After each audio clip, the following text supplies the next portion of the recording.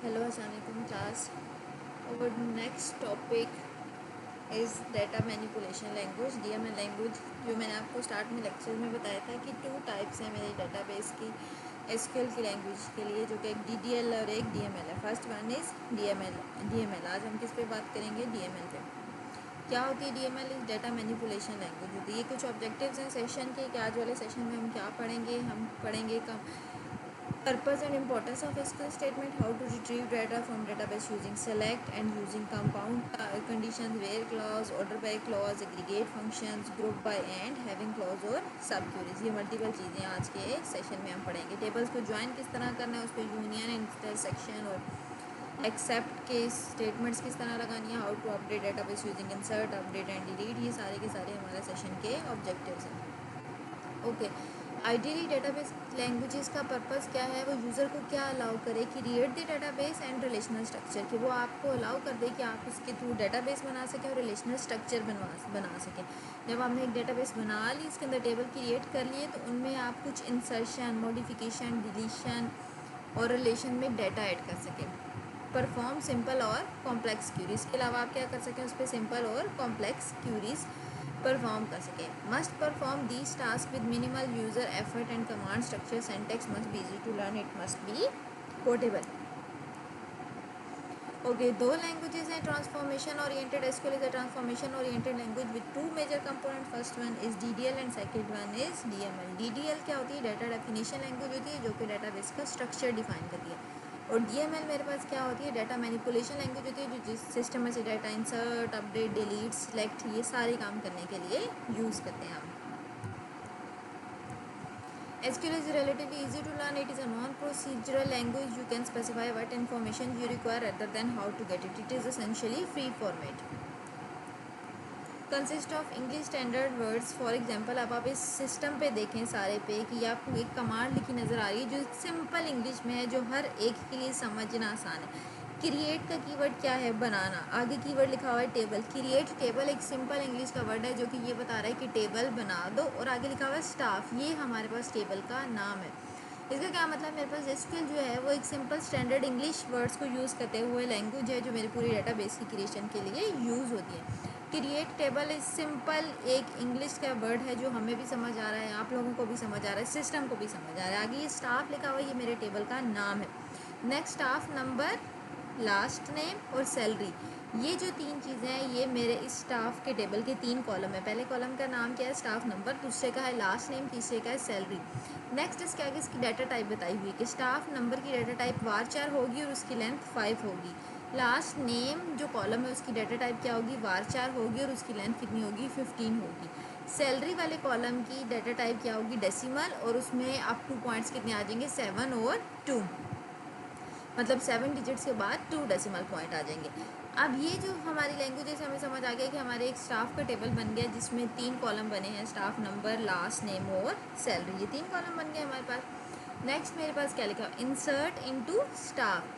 ये भी एक सिंपल इंग्लिश का कीवर्ड है, सिंपल इंग्लिश का वर्ड है इंसर्ट इनटू स्टाफ। क्या करो कि ये जो तुमने स्टाफ का टेबल क्रिएट किया है, इस स्टाफ के टेबल में डाटा इंसर्ट कर दो। इंसर्ट इनटू क्या बताना है? इस टेबल का नाम, कि किस टेबल में आप डाटा इंसर्ट कराना चाहते हो। नेक्स्ट, वैल्यूज़, क्या वैल्यूज़ हैं जो आपने उस टेबल के अंदर इंसर्ट करानी है। स्टाफ नंबर पहले कॉलम था तो उसके लिए आपने वैल्यू क्या रख दी? SG16। सेकंड कॉलम था लास्ट नेम, उस पर आपने क्या वैल्यू रख दी? ब्राउन। थर्ड कॉलम सैलरी था जिसमें आपने सैलरी रख दी 8300। ये सारी की सारी जो रिकॉर्ड है अभी आपका इस स्टाफ वाले टेबल में एंटर हो गया। अब स्टाफ का जो टेबल बना हुआ नज़र आएगा उसमें मेरे पास स्टाफ नंबर लिखा नज़र आएगा आपको, कॉलम नेम, लास्ट नेम और सैलरी, और उसमें एक रिकॉर्ड लिखा हुआ नज़र आएगा जिसमें लिखा होगा SG16 ब्राउन और 83,000। अब इसने एक और कमांड दी है जिसमें से लिखा हुआ है select staff number, last name and salary from table staff where salary is greater than 10,000। इसने ये कहा कि जो तुमने ये स्टाफ वाला टेबल बनाया था उसमें से आपने स्टाफ नंबर भी निकाल लेना है, उसका लास्ट नेम और उसकी सैलरी भी निकाल लेनी। किस टेबल से? इस स्टाफ वाले टेबल से जो आपने भी क्रिएट किया। Where salary is greater than 10,000, मगर सिर्फ वही रिकॉर्ड मुझे डिस्प्ले होने चाहिए जहाँ पर एम्प्लॉयज़ की सैलरी जो है वो 10,000 से ज़्यादा है। अब ये सारी जो भी लिखी हुई है लैंग्वेज, ये आपको बताने के लिए लिखी हुई है कि ये डाटा मैनिपुलेशन लैंग्वेज है, DDL के लिए ये क्रिएट टेबल की कमांड है। नेक्स्ट जो इंसर्ट और सिलेक्ट वाली ये जो दो कमांड्स हैं, ये मेरी डाटा मैनिपुलेशन के लिए है और ये डाटा डेफिनेशन के लिए। एक्चुअल ये जो इंग्लिश लिखी हुई है आपको आसानी से समझ आ रही है कि ये बता रहा है ऑब्जेक्टिव एसक्यूएल का ये है। ये एसक्यूएल जो है बेसिक एक लैंग्वेज ऐसी है जिससे इंग्लिश के स्टैंडर्ड वर्ड जो हैं वो यूज़ होते हैं और हम उसके थ्रू क्यूरीज करके अपनी डाटाबेस क्रिएट भी कर सकते हैं, इंसर्ट भी, अपडेट भी, डिलीट भी, सब कुछ कर सकते हैं। कोई भी फंक्शन हमने अपने डाटाबेस पे परफॉर्म करना है।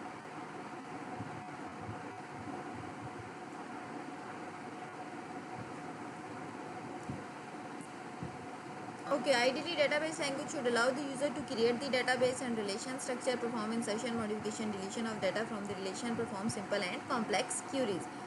Must perform these tasks with the minimal user effort and command structure. ये सारे जो ऑब्जेक्टिव्स हम पढ़ चुके हैं वही सारे ऑब्जेक्टिव्स हैं। ये आगे दो इसकी डाटा टाइप्स बताई हुई हैं।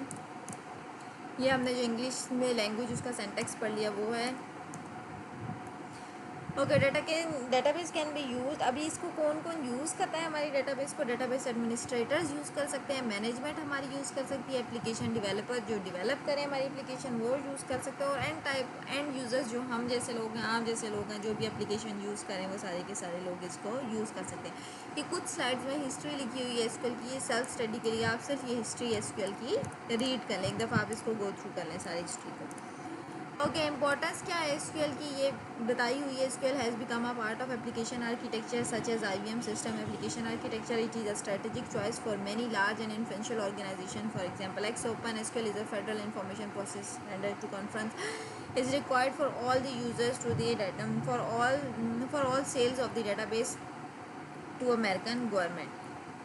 SQL is used in other standards and even the influences development of the other standard as an referential tool. Examples include the ISO Information Resource Directory System Standard and Remote Data Access Standard. किस तरह हम SQL की command लिखते हैं या उसके लिए कोई डिफाइंड चीज़ें हैं या क्या तरीका है कमांड लिखने का, आपके सिस्टम में से टेबल क्यूरी करने का, उस टेबल को स्टोर करने का, उसको रिट्रीव करने का। SQL standard consist of reserve word. कुछ उसके पास रिजर्व वर्ड्स हैं और कुछ हमारे पास एसक्यूएल के अंदर यूज़र डिफाइंड वर्ड है। रिजर्व वर्ड क्या है? जो एसक्यूएल के फिक्स्ड वर्ड है, जिस तरह क्रिएट टेबल एक फिक्स वर्ड है जो कि डिफाइन करेगा कि टेबल बना देना। इंसर्ट इनटू टेबल, वो आपके टेबल का नाम जो कि बताएगा कि टेबल के अंदर ये वाला डाटा इंसर्ट करना है। डिलीट फ्रॉम टेबल, टेबल में से डाटा डिलीट करना, ये कुछ रिजर्व वर्ड है। इसके अलावा यूज़र डिफाइंड वर्ड्स भी हैं जो हम यूज़र जो हैं वो अपनी मर्ज़ी से अपने कॉलम्स के नाम रखते हैं, अपनी मर्ज़ी से अपने टेबल का नाम रखते हैं। फॉर एग्जांपल मैंने एक स्टूडेंट का टेबल क्रिएट किया, आपने भी एक स्टूडेंट का टेबल क्रिएट किया। मैंने अपने स्टूडेंट के टेबल का नाम रखा STUDENT और आपने अपने स्टूडेंट के टेबल का नाम लिख दिया STD। बस ये हमारे अपने यूज़र डिफाइंड वर्ड्स हैं। Okay, most components of SQL statement.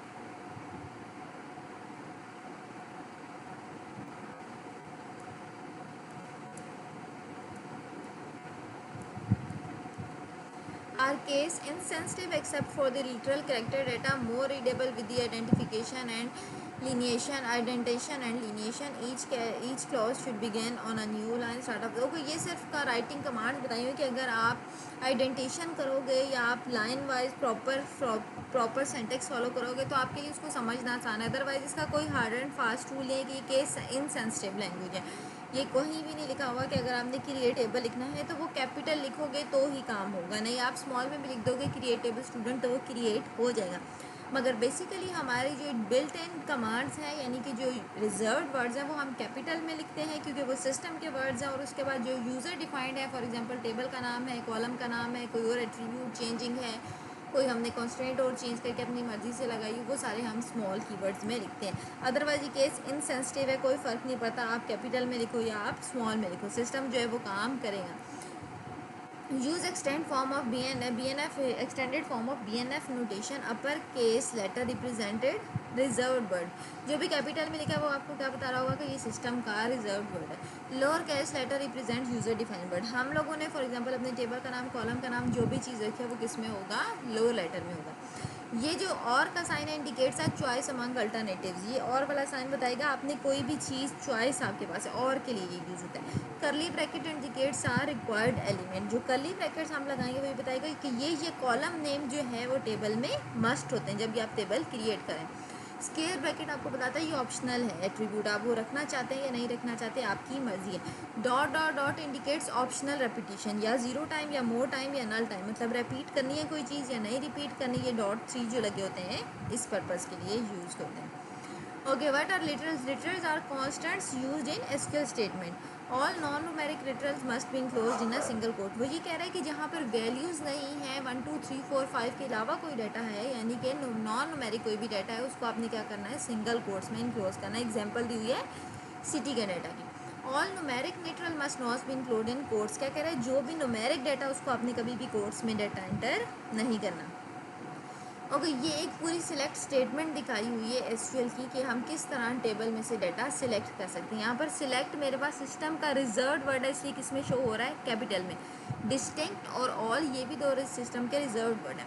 हमने पीछे क्या पढ़ा था, जो स्क्वायर ब्रैकेट में होगी कोई भी चीज़ वो ऑप्शनल है, ऐसा ही है। अब आपकी मर्जी, आप सारा डाटा सिलेक्ट कर लो ऑल कीवर्ड के साथ, या आप डिस्टिंक्ट डाटा सिलेक्ट करना चाहते हो। डिस्टिंक्ट का मतलब आपने जो डुप्लीकेटेड डाटा है वो सारा का सारा डाटा सिस्टम में से रिमूव करना है।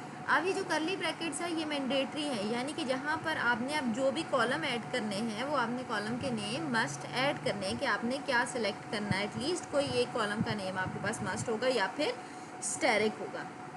ये वाली लाइन जो है ये और वाला ऑप्शन बता रही है, या आप स्टैरिक यूज़ कर ले या आपने क्या करना है, सिलेक्ट स्टेटमेंट में कॉलम के नाम मस्ट लिखने हैं।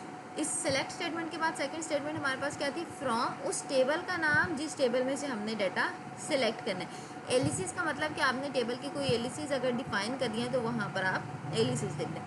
वेयर, वो condition where salary is greater than 10,000 आपकी मर्जी है, ऑप्शनल है वेयर की कंडीशन अगर आप रखना चाहते हैं। ग्रुप बाय क्लॉज जो कि मेरे टेबल को ग्रुप कर देती है कि इस डाटा को ब्रांच के अकॉर्डिंग ग्रुप करके दिखा दो, इस डाटा को मेल के अकॉर्डिंग ग्रुप करके दिखा दो, और इस स्टूडेंट्स के डाटा को फीमेल्स के अकॉर्डिंग ग्रुप करके दिखा दो।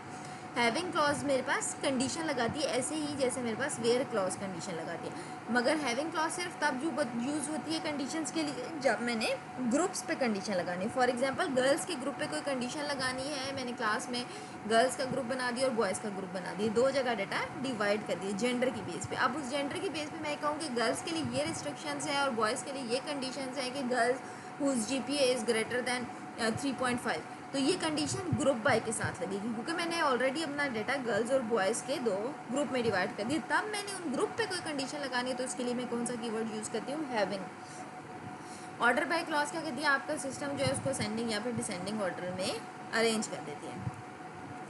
Okay, from clause specify the table to be use. From clause क्या करती है, बताती है कि कौन सा टेबल यूज़ करना है। वेयर क्या करती है, आपकी कंडीशंस लगाती है। ग्रुप बाय क्लॉज आपकी ग्रुप्स बना देती है। हैविंग क्लॉज ग्रुप्स पे कोई कंडीशन लगानी है उसके लिए यूज़ होती है। सिलेक्ट क्लॉज आपके टेबल में से डाटा सिलेक्ट करने के लिए यूज़ होती है। और ऑर्डर बाय क्लॉज आपने सेंडिंग ऑर्डर या डिसेंडिंग ऑर्डर किस में डाटा अपना स्टोर कराना है इसलिए यूज़ होती है। Okay, order of clause can not be changed, only select and from are mandatory. क्या कह रहा है कि ये जो हमने पीछे ये सारा ऑर्डर पड़ा है इसमें से जो मैंडेटरी सिलेक्ट है और ये फ्रॉम है कि हमने किस टेबल में से डाटा सेलेक्ट करना है और क्या चीज़ सेलेक्ट करनी। इसके अलावा ये जो वेयर है, ग्रुप बाय, हैविंग है और ये ऑर्डर बाय, ये जो सारी चीज़ें ये मेरे पास क्या है, ऑप्शनल है। ओके, एग्जाम्पल है ऑल कॉलम और ऑल रोज, जिसमें ये बताया हुआ है कि सारे कॉलम्स और सारे रोज जितनी भी आपके पास डाटा पड़ा है आपने वो सारा का सारा डाटा किस टेबल में से उठा लेना, स्टाफ वाले टेबल में से। What is the query list full detail of all tables of all staff, sorry, आपने क्या करना है, स्टाफ की सारी डिटेल बतानी है। तो इसका क्या मतलब, स्टाफ की टेबल में जो जो चीज़ पड़ी है वो सारी उठा लो। सिलेक्ट स्टाफ नंबर, उसका फर्स्ट नेम, उसका लास्ट नेम, उसका एड्रेस, उसकी पोजीशन, उसका जेंडर, उसकी डेट ऑफ बर्थ, उसकी सैलरी, उसकी ब्रांच नंबर, ये सारे के सारे एट्रीब्यूट उठा लो फ्रॉम टेबल क्या है, स्टाफ, टेबल का नाम स्टाफ। अब ये क्या करेगी क्यूरी, स्टाफ के टेबल में इस कॉलम में जो डाटा पड़ा होगा, इस कॉलम में जो डाटा पड़ा होगा, इन सब कॉलम में जो डाटा पड़ा होगा वो सारा का सारा उठा के आपको डिस्प्ले करा देगा। इसका एक सेकेंड आसान तरीका ये है कि आप सिलेक्ट के बाद स्टैरिक लिख दो। जब भी आपने सारा डाटा उठाना है उसके लिए आप स्टैरिक लिख दो फ्रॉम टेबल स्टाफ, ये सारा के सारा सिस्टम से डाटा उठा लेगा। ये देखो, can use asterisk as an abbreviation for all the column, कहते हैं जब आपने सारे कॉलम उठाने हो उसकी जगह आप स्टैरिक लगा दोगे तो भी ये दोनों क्यूरी सेम मुझे रिजल्ट देंगे। आप यहाँ लिखो select asterisk from staff, staff की टेबल से डाटा गेट करिए, तो ये सारा स्टाफ की टेबल में जितना भी डाटा पड़ा है वो सारा का सारा आपको उठा के डिस्प्ले करा दी, जिसमें स्टाफ नंबर है, फर्स्ट नेम है, लास्ट नेम है, पोजीशन है, सेक्स है, डेट ऑफ बर्थ है, सैलरी है और ब्रांच नंबर। ये सबको समझ आ गया। ओके, स्पेसिफिक कॉलम्स आप ही चाहते हो कि कोई एक स्पेसिफिक कॉलम नज़र आए। फॉर एग्जांपल सिर्फ सैलरी, फॉर एग्जांपल सिर्फ एज देखना चाहते हो, फॉर एग्जांपल सिर्फ जीपीए देखना चाहते हो, मगर उस कॉलम में जितना भी रिकॉर्ड पड़ा यानी कि सारी रोज़ वो भी देखना चाहते हो। Produce a list of salaries for all staff showing only staff number, first name, last name and salary. अब आपने क्या करना है कि स्टाफ का सारा डाटा दिखाना है, मगर सिर्फ कॉलम कौन से दिखाना है, स्टाफ नंबर हो, उसका फर्स्ट नेम हो, लास्ट नंबर हो और सैलरी। उसके लिए क्या क्वेरी है, सिलेक्ट स्टाफ नंबर, बताया हुआ है क्या सिलेक्ट करना है, staff number, first name select करना है, लास्ट नेम सेलेक्ट करना है एंड सैलरी सेलेक्ट करनी है फ्रॉम किस टेबल से, स्टाफ। क्या लिखा है, फॉर ऑल द स्टाफ, इसलिए यहाँ पर क्या लिख दिया आपने, फ्रॉम स्टाफ। अब ये क्या करेगा, स्टाफ की टेबल में से 1 2 3 4 कॉलम उठा के मुझे डिस्प्ले करा देगा, जिसका रिजल्ट कुछ इस तरह होगा, जिसमें स्टाफ नंबर है, फर्स्ट नेम है, लास्ट नेम है और सैलरी डिस्प्ले होगी। ओके, मैंने बताया डिस्टिंक्ट कीवर्ड क्या करता है, जो डुप्लीकेटेड रिकॉर्ड है उन डुप्लीकेटेड रिकॉर्ड को सिस्टम में से रिमूव कर देते हैं। List the property number for all the properties that has been viewed. उसने ये कहा हुआ है कि मुझे प्रॉपर्टी नंबर दिखाओ वो वाली प्रॉपर्टी जो लोगों ने व्यू कर ली है। तो क्या करेंगे हम, सिलेक्ट प्रॉपर्टी नंबर, क्योंकि कहा हुआ है कि list property number from viewing table, क्योंकि व्यूइंग टेबल में हमें पता है प्रॉपर्टीज़ का डाटा पड़ा हुआ है, इसलिए हमने प्रॉपर्टी नंबर व्यूइंग टेबल से सिलेक्ट कर लिया। अब इसे मुझे क्या प्रॉपर्टी नंबर दिए, PA14 PG4 PG4 PA14 PG36। अब आप ये देखो PA14 सिमिलर प्रॉपर्टी है, PG4 सिमिलर प्रॉपर्टी, PG36 एक डिस्टिंक्ट प्रॉपर्टी। अब मैंने ये कह दिया कि मुझे सारे प्रॉपर्टी नंबर दिखा दो जितने भी व्यूइंग वाले टेबल में पड़े हुए हैं, ये हमने सारे दिखाए। अब मैं चाहती हूँ मुझे सिर्फ डिस्टिंक्ट प्रॉपर्टी दिखाओ, यानी कि PA14 एक ही दफ़ा दिखाओ, ये 2 दफ़ा यहाँ पर मुझे डिस्प्ले हो रही है, PG4 मुझे यहाँ पर 2 दफ़ा डिस्प्ले हो रही है। मैं चाहती हूँ कि एक दफ़ा ये डुप्लीकेटेड रिकॉर्ड ना हो, तो उसके लिए मैं क्या करती हूँ, डिस्टिंक्ट कीवर्ड यूज़ करती हूँ। वो कैसे अप्लाई होता है, वो यहाँ पर अप्लाई होता है, सिलेक्ट, उसके बाद आपने यहाँ पर एक कीवर्ड लिख देना है डिस्टिंक्ट, उसके बाद आपने लिखना है property number from same viewing वाला टेबल। किस तरह ये लिखेंगे हम, select distinct property number from viewing table. अब क्या हुआ हमारे पास, प्रॉपर्टीज़ PA14 जो रिपीट हो रही थी वो ख़त्म हो गई, PG4 2 दफ़ा पिछली साइड में रिपीट हो रही थी वो भी ख़त्म हो गई, PG36। अब देखो इसने डिस्टिंक्ट प्रॉपर्टीज़ आपको दिखाई है, क्योंकि आपने कहा कि मुझे डुप्लीकेट डाटा नहीं नज़र आना चाहिए। डिस्टिंक्ट के कीवर्ड से आपके पास जितना भी रिकॉर्ड डुप्लीकेट हो रहा है वो सारा का सारा रिमूव हो जाता है सिस्टम में से। ओके, कैलकुलेटेड फील्ड्स क्या करती हैं, रन टाइम पे मुझे कैलकुलेट करके देती हैं डाटा। फॉर एग्जांपल मैंने डेट ऑफ बर्थ वाले कॉलम में आप सबकी डेट रखी हुई है, मगर जब भी आप अपनी प्रोफाइल व्यू करते हैं तो आपको वहाँ पर आपकी डेट ऑफ बर्थ नहीं, आपकी एज नज़र आ रही होती है कि कितनी एज है। वो कैलकुलेटेड फील्ड है जो रन टाइम पे हम कैलकुलेट करके दे रहे हैं। क्या क्यूरी मांगी हुई है, produce list of monthly salaries for all staff. आपने क्या करना है, जितना भी स्टाफ है उसकी मंथली सैलरीज बतानी है, showing staff number, first name, last name and salary. दिखाना सिर्फ क्या है, आपने स्टाफ नंबर दिखाना है, फर्स्ट नेम दिखाना है, लास्ट नेम एंड सैलरी। तो इसके लिए क्यूरी क्या होगी, आप select first name staff number, first name, last name and salary from किस टेबल से, स्टाफ के टेबल से, वेयर मंथली सैलरी आप डिवाइड कर दो कैलकुलेटेड फील्ड में, मगर जब भी आपने कैलकुलेटेड फील्ड लगानी है आपने किस में लगानी है, सिलेक्ट की स्टेटमेंट में। ये देखें क्या लिखा हुआ है, select staff number, first name, last name, salary divided by 12। क्यों इसी सैलरी को आप 12 से इस कॉलम में डिवाइड कर दिए, क्योंकि यहाँ पर उसने आपसे मांगा हुआ है कि मंथली सैलरी लेनी है। हमें पता है कि साल में 12 महीने होते हैं, इसलिए हमने सैलरी के कॉलम को डिवाइडेड बाय 12 कर दिया फ्रॉम स्टाफ। अब जो हमारे पास सैलरी वाला कॉलम है, एक्चुअल जो मेरे टेबल में सैलरी वाला कॉलम था वहाँ पर आपकी सारी ईयरली सैलरी पड़ी हुई थी। आप उस सैलरी वाले कॉलम को आपने क्या कर दिया, डिवाइडेड बाय 12 करिए, तो हर एम्प्लॉय की महीने की सैलरी आपको डिस्प्ले होना शुरू हो जाएगी। अब ये जो सैलरी वाली फील्ड न्यू आई है, ये मेरे पास क्या आई है, कैलकुलेटेड फील्ड आई है। ओके, इसका रिजल्ट किस तरह मेरे पास डिस्प्ले आएगा, स्टाफ नंबर किस टेबल से उठा लिया, स्टाफ के टेबल से, फर्स्ट नेम स्टाफ के टेबल से, लास्ट नेम स्टाफ के टेबल में, सैलरी डिवाइडेड बाय 12 कोई कॉलम स्टाफ के टेबल में है ही नहीं। हमें पता है सिर्फ सैलरी वाला कॉलम जो है वो स्टाफ के टेबल में पड़ा हुआ है। इस सैलरी वाले कॉलम को डिवाइडेड बाय जब 12 कर दिया तो यहाँ पर अब कॉलम का नाम कोई भी नहीं आएगा, यहाँ पर एम्प्टी ब्लैंक आपको कॉलम शो हो रहा होगा, जिसमें वो क्या करेगा, हर एम्प्लॉय की सैलरी को डिवाइडेड बाय 12 करके आपको दिखा देगा कि पर मंथ हर एम्प्लॉय की कितनी सैलरी बनती है। अगर आप चाहते हो कि अब मुझे ये जो मैंने सैलरी कैलकुलेट की है इसके आगे इस कॉलम पे कोई नाम भी लिखा नजर आए, for example as monthly salary यहाँ पर लिखा नजर आए, क्योंकि मैंने रन टाइम पे कैलकुलेट कर ली, टेबल के अंदर तो सैलरी वाला कॉलम पड़ा था, मैंने तो ये कैलकुलेटेड फील्ड निकाली है। इसलिए इसके पास कोई नाम नहीं आया। अब आपने इसको नाम देखना है तो उसके लिए आपने क्या करना है, एज का कीवर्ड यूज़ करके अपनी मर्जी का कोई भी नाम लिख देना है, तो इस कॉलम का एक नेम डिफाइन हो जाएगा। ये देखें, तो name column use as clause, अगर आप चाहते हो कि आप उस कॉलम को नाम दे दो, जहाँ पर कॉलम 4 लिखा हुआ है तो उसके लिए कौन सा कीवर्ड यूज़ कर लेना, एज का। किस तरह वो यूज़ करना है, select staff number, first name, last name, salary divided by 12 as monthly salary. इस वाले कॉलम को नाम दे दो मंथली सैलरी का। अब मेरे पास रिजल्ट किस तरह आएगा, वही सेम टेबल बना हुआ आएगा, सिर्फ कॉलम 4 की जगह क्या लिखा आ जाएगा, मंथली सैलरी लिखा आ जाएगा।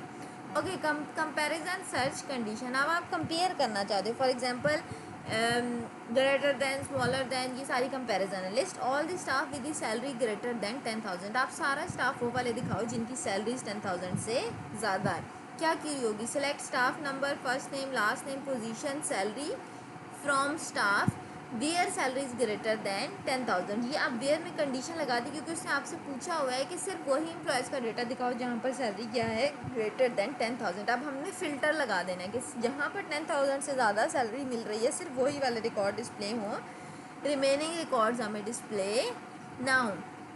अब ये वही स्टाफ वाले टेबल में से सारी चीज़ें उसने उठा ली और सैलरीज वो दिखाई जहाँ पर हमारे पास रिकॉर्ड हर सैलरी में 10,000 से ज़्यादा है। Okay, compound comparison search condition, compound का मतलब दो से ज़्यादा कंडीशंस पे अब आपने सर्च करना है। क्या लिखा है, list addresses of all branch office in London और गोस्लो, ब्रांच ऑफिस दिखाने या फिर लंदन के या फिर गोस्लो के दिखाने। किस तरह ये नजर आएंगे हमें, select asterisk from branch, branch की टेबल में से सारा डाटा सेलेक्ट कर लो, फिर city is equals to London और city is equals to Glasgow, या तो सिटी उसको लंदन मिले या फिर ग्लासगो, कोई भी सिटी मिले आपने क्या करना है, वो हमें डाटा डिस्प्ले करा देना। अब यहाँ पर सिटी उसको जो भी इन दोनों में से कोई भी सिटी मिल रही है वो उस एम्प्लॉय का रिकॉर्ड हमें दिखा रहा है, उस ब्रांच के अगेंस्ट सारी डिटेल प्रोवाइड करा।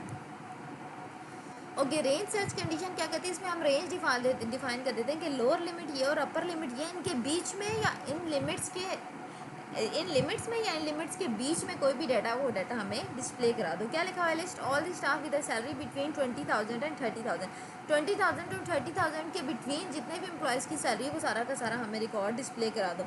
सेलेक्ट स्टेरिक फ्रॉम स्टाफ, आप स्टाफ के टेबल में से सारा डाटा उठा दो, वेयर सैलरी, क्या कीवर्ड यूज़ करना है, आप बिटवीन का कीवर्ड यूज़ करना है क्योंकि आपको रेंज डिफाइन की, जब भी रेंज डिफाइन किया तो आपने वो बिटवीन से गेट कर लेंगे, बिटवीन 20,000 एंड 30,000, 20,000 टू 30,000 की रेंज के बीच में जितना भी डाटा है वो आपने सेलेक्ट कर लेना है। अभी 20,000 टू 30,000 की रेंज के बीच में जितना भी डाटा को हमने सेलेक्ट कर लिया। अब इसमें 30,000 क्यों सिलेक्ट किया, क्योंकि बिटवीन में हमारे पास एंड पॉइंट्स जो होते हैं उनकी वैल्यू भी कंसीडर होती है। जिस तरह मैंने बिल्कुल स्टार्ट में बताया कि 20,000 टू 30,000 या फिर इनके बीच में जितना डाटा है वो सारा का सारा बिटवीन क्लॉज हमें डिस्प्ले करा देंगी। ओके, जिस तरह बिटवीन ऑप्शन है इसी तरह निगेटेड वर्जन के बिटवीन का जो कि होता है नॉट बिटवीन। इसमें क्या होता है कि आपने जो रेंज बताई है उस रेंज से हट के जितना भी डाटा वो सारा का सारा डाटा आपको डिस्प्ले हो जाता है। Between does not add much to the SQL expressive power, could also write select asterisk from staff where salary is greater than is equals to 20,000 and salary is less than is equals to 30,000, useful formula for the range of values. अब ये क्या करता है कि जो आपकी value पिछली मैंने आपको क्यूरी दिखाई जिसमें नॉट बिटवीन लिखा है उसमें क्या करेगा, 20,000 से ज़्यादा और 30,000 से कम, इन दोनों कंडीशंस को छोड़ के उसके अलावा जितना भी रिमेनिंग डाटा है वो सारा का सारा आपको डिस्प्ले करा देगा। आप 20,000 और 30,000 को छोड़ के और इनके बीच में जितनी वैल्यू वो सब छोड़ के बाकी रिमेनिंग इनसे लोअर और इससे अपर वैल्यू सारी की सारी नॉट बिटवीन में दिखा देगा। ये ऐसे ही है जिस तरह हम प्रोग्रामिंग में कंडीशन लगाते हैं नॉट इक्वल टू की, for example A is exactly equals to 1 और A is not equals to 1, जो भी आप वैल्यू लगा रहे हो उसमें सेम वैसे ही नॉट बिटवीन काम करता है। बिटवीन काम करता है कि ये मेन पॉइंट है, स्टार्टिंग पॉइंट और ये एंडिंग पॉइंट है, इन दोनों लिमिट्स के बीच वाला डाटा सारा डिस्प्ले करा दो। नॉट बिटवीन क्या करता है, ये स्टार्टिंग पॉइंट है, ये एंडिंग पॉइंट है, इन दो एंडिंग पॉइंट और स्टार्टिंग पॉइंट से हट के जितना भी डाटा वो सिस्टम में से डिस्प्ले करा दो। ओके, सेट मेंबरशिप क्या कहते हैं, आपको सेट डिफाइन कर देते हैं जिसमें इन ऑपरेटर लगाते हैं जो कि बताता है कि क्या इस सेट में वैल्यू एग्जिस्ट करी है हमारी, यानी list all the managers and supervisor.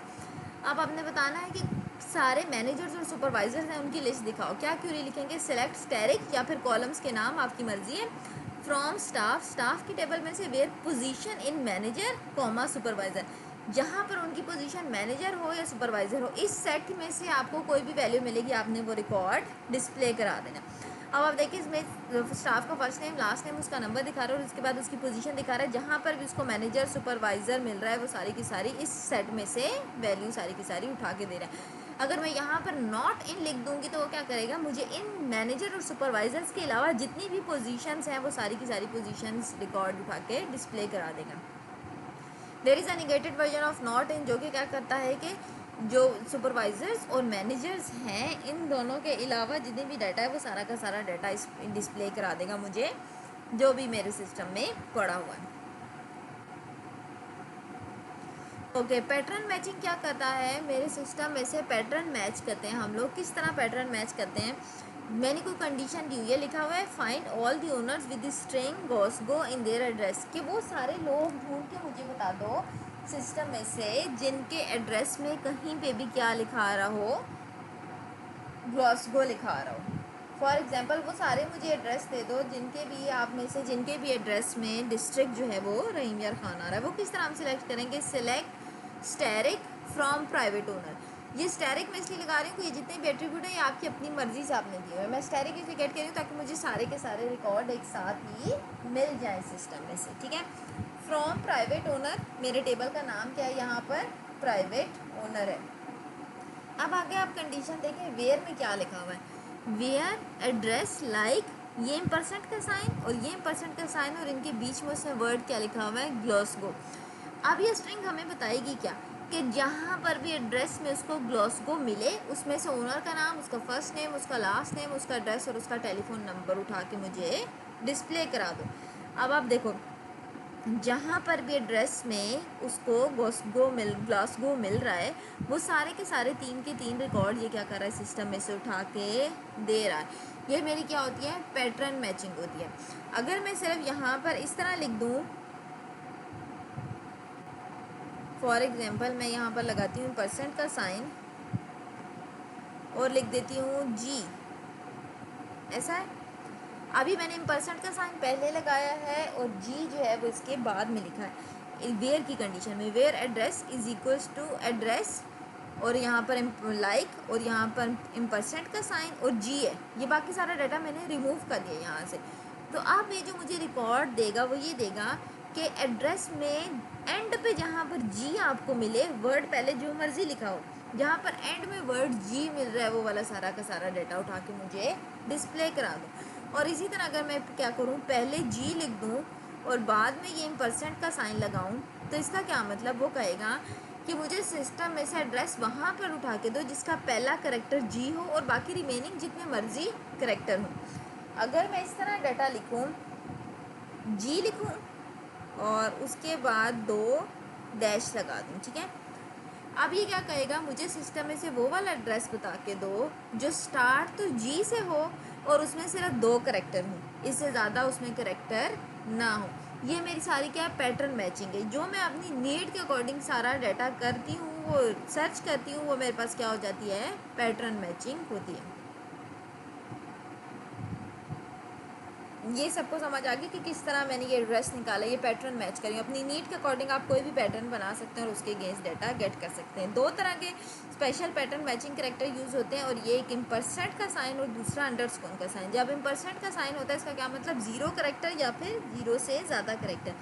जिस तरह पूरा मैंने कीवर्ड क्या लिखा होता है, ग्लॉसगो। और जब ये अंडरस्कोर का साइन लगा इसका मतलब सिंगल करेक्टर। जब मैंने लिखा जी और उसके आगे 2 डैश लगा इसका क्या मतलब कि 3 करेक्टर का ही ये लफ्ज़ होना चाहिए एड्रेस, और उसमें आगे 2 करेक्टर फाइंड कर लेना आपने, जिसमें पहला करेक्टर क्या होना चाहिए, जी होना चाहिए। ओके, नल सर्च कंडीशन क्या कहती है, list details of all viewing on property PG4 where a comment has not been supplied.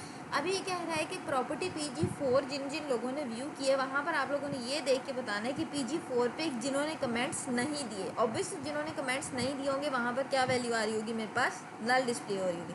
There are 2 goings for the property PG4, 1 with and 1 without comment. उसने कहा कि PG4 जो हमारे पास डाटा प्रॉपर्टी वाले टेबल में पड़ा उसमें 2 व्यूज़ हैं, एक के साथ कमेंट्स हैं और दूसरे बंदे ने जो देखी है प्रॉपर्टी उसने कमेंट्स नहीं दिए तो हम इसको किस तरह चेक करेंगे, select client number comma view date, कि किस क्लाइंट ने किस डेट को हमारी प्रॉपर्टी व्यू की थी, किस टेबल में पड़ा हुआ ये सारा डाटा, व्यूइंग वाले टेबल में। Where property number is equals to PG4, कि प्रॉपर्टी नंबर क्या होनी चाहिए, PG4, and comment is null. हमने एक्चुअल फाइंड ये करना है कि प्रॉपर्टी PG4 पे किस बंदे ने जो वो कमेंट नहीं दी। ये अब हमें क्या दे रहा है, क्लाइंट नंबर CR56 ने 26 मई 2004 को ये डाटा व्यू किया, मगर इसने हमारी प्रॉपर्टी पे कोई भी कमेंट नहीं दिए। Negated version is not null can test for not null values, कहता है जिस तरह हम नल वैल्यूज चेक करते हैं इसी तरह हम नॉट नल का कीवर्ड लगा के ये सर्च कर सकते हैं कि वो वाली प्रॉपर्टी कौन सी है जिस पे कमेंट्स दिए हुए हैं। Okay, single column ordering list all this. अब ऑर्डर करना है हमने अपने कॉलम को असेंडिंग ऑर्डर में या डिसेंडिंग ऑर्डर में। अगर हम अपना डाटा रखना चाहते हैं तो वो किस तरह गेट करेंगे, list salaries for all staff arranged in descending order for salary. आपने क्या करना है, स्टाफ की सारी सैलरी उठानी है जो कि होनी किस में चाहिए, डिसेंडिंग ऑर्डर में। सेलेक्ट स्टेरिक कर दें फ्रॉम स्टाफ। मैंने बताया जब भी आपने सेंडिंग और डिसेंडिंग ऑर्डर में करना है डाटा, उसके लिए आपने कौन सी क्लॉज यूज़ करनी है, order by clause. Order by clause के साथ आपने उस कॉलम का नाम लिखना है जिस कॉलम को आप ऑर्डर में सेट करना चाहते हो। आप किस कॉलम को सेट करना चाहते हो, सैलरी वाले को। किस तरह डिस्प्ले कराना चाहते हो, सैलरी के डिसेंडिंग ऑर्डर में मेरी सैलरी डिस्प्ले हो सारे एम्प्लॉयज़ की। ये अब आपके पास सारे एम्प्लॉयज़ की सैलरी किस तरह डिस्प्ले हो रही है, डिसेंडिंग ऑर्डर में सारी सैलरी डिस्प्ले हो रही है। Okay, produce abbreviated list of properties in order of property type. अब वो ये कह रहा है कि आपने क्या करना है, ऑर्डर बाय करना है प्रॉपर्टी की टाइप से कि वो किस टाइप की प्रॉपर्टी है। Property number, type, rooms, rent, from, property for rent, ये सारा डाटा सेलेक्ट कर लो प्रॉपर्टी फॉर रेंट से, मगर उसको ऑर्डर बाय किस में करो, टाइप के साथ। ये टाइप जो है ये मेरे कॉलम का नाम है।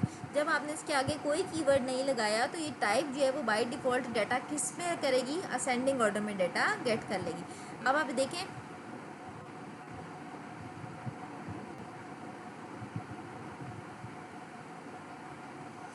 टाइप वाले टेबल में अब आप देखें, flat flat flat flat flat, उसके बाद हाउस आ रहा है। मैंने क्या किया था, ऑर्डर बाय टाइप लिखा था, उसके आगे DESC कीवर्ड नहीं लिखा था। जब आप DESC कीवर्ड यानी कि डिसेंडिंग ऑर्डर नहीं सेट करें तो सिस्टम जो है ऑर्डर बाय के बाद आप जो भी कॉलम का नाम देंगे वो बाय डिफ़ॉल्ट उस कॉलम को किस में दिखाएगा, असेंडिंग ऑर्डर में डिस्प्ले कराना शुरू कर देगा। 4 flat in this list as no minor sort key specified. System arrange these rows in any order it chooses to arrange the order in order of rent, specify minor order. Okay, क्या लिखा हुआ है, select property number, type, rooms, rent, from property for rent, order by type. अभी जो type है ये ascending order में आएगी और रेंट जो है वो आपको किस फॉर्म में आएगा, डिसेंडिंग ऑर्डर में आएगा। अब इसने दो ऑर्डर बताए हुए, एक असेंडिंग ऑर्डर और दूसरा डिसेंडिंग ऑर्डर में डाटा डिस्प्ले कराया। अब आप टाइप देखा है सबके सब किस में आ रही है, सेंडिंग ऑर्डर में, और जो रेंट है वो सारा का सारा आपका किस ऑर्डर में डिस्प्ले हो रहा है, डिसेंडिंग ऑर्डर में डिस्प्ले हो रहा है। ये फ्लैट की टाइप थी इसलिए फ्लैट का पहले डिसेंडिंग ऑर्डर में शो हो रहा है, फिर हाउस टाइप पे आपका हाउस का डाटा जो है वो डिसेंडिंग ऑर्डर में डिस्प्ले हो रहा है। ओके, सिलेक्ट स्टेटमेंट में आगे कुछ एग्रीगेट फंक्शन आते हैं। कल जो मैंने आपको लेक्चर दिया है उस लेक्चर में मैंने बताया था एग्रीगेट फंक्शन है जिसमें सम है, एवरेज है, मैक्सिमम, मिनिमम है, ये मल्टीपल चीज़ें जो हैं ये मेरी किसके लिए काउंट हो रही हैं, एग्रीगेशन के लिए यूज़ होती हैं। Count returns the number of values in a specified column. एक कॉलम में कितने नंबर ऑफ वैल्यूज़ है वो मुझे कौन सा एग्रीगेट फंक्शन बताता है, काउंट बताता है। सम फंक्शन क्या बताता है, टोटल जितने भी कॉलम्स का डाटा उन सबको टोटल सम करके बताता है। एवरेज क्या बताता है, return average of values in a specified column, उनकी एवरेज बताता है। मिनिमम, एक कॉलम में मिनिमम वैल्यू क्या है वो बताता है aggregate function. Maximum aggregate function उस कॉलम में स्पेसिफिकली मैक्सिमम वैल्यू क्या है सैलरी की वो बताता है। ओके, अब इन एग्रीगेट फंक्शन पे कुछ क्यूरीज हम पढ़ लेते हैं कि वो किस तरह काम करती हैं। Okay, each operate on a single column of table and return a single value. Must जो भी एग्रीगेट फंक्शन आप यूज़ करें वो काउंट है, मैक्सिमम, मिनिमम में, वो आपका किस पे यूज़ होता है, सिंगल कॉलम पे यूज़ होता है और वो सिंगल कॉलम में ही रिजल्ट डिस्प्ले करता है। फिर जो काउंट, मैक्सिमम और मिनिमम है ये आप न्यूमेरिक डाटा पे अप्लाई करते हो एंड नॉन न्यूमेरिक फील्ड पे भी अप्लाई कर सकते हो, बट सम और एवरेज जो है ये सिर्फ आपका किस पे अप्लाई होगा, न्यूमेरिक डाटा पे अप्लाई होगा, इसके अलावा कहीं अप्लाई नहीं हो सकता। Apart from count static each function eliminates null first and operates only on the remaining non null values. Count जो है वो नल्स को भी काउंट कर लेते हैं, मगर जो बाकी जितने भी फंक्शन है ये मैक्सिमम, मिनिमम, सम, एवरेज, ये हमेशा नल्स को पहले एक्सक्लूड करते हैं और उसके बाद आपकी एवरेज और सम और मैक्सिमम और मिनिमम वैल्यूज डिस्प्ले कराते हैं।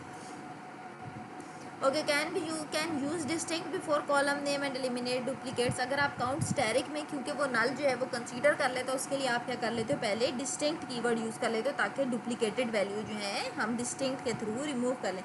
डिस्टिंक्ट का मिनिमम और मैक्सिमम में कोई इफेक्ट नहीं होता, बट एवरेज और सम में होता है क्योंकि वो आपके पास न्यूमेरिक डाटा डिस्प्ले करते हैं।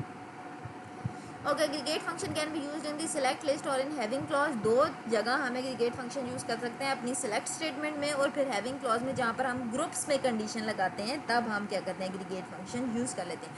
सबसे पहले एग्जांपल दी हुई है, क्या लिखा हुआ है इसमें, select staff number count salary from staff. ये क्यूरी क्या करेगी, स्टाफ नंबर उठा लेगी और जितने भी एम्प्लॉयज़ की सैलरी है उनको काउंट करके बताएगी कि वो टोटल सैलरी क्या है फ्रॉम स्टाफ। स्टाफ की टेबल में से ये डाटा गेट कर लेगी।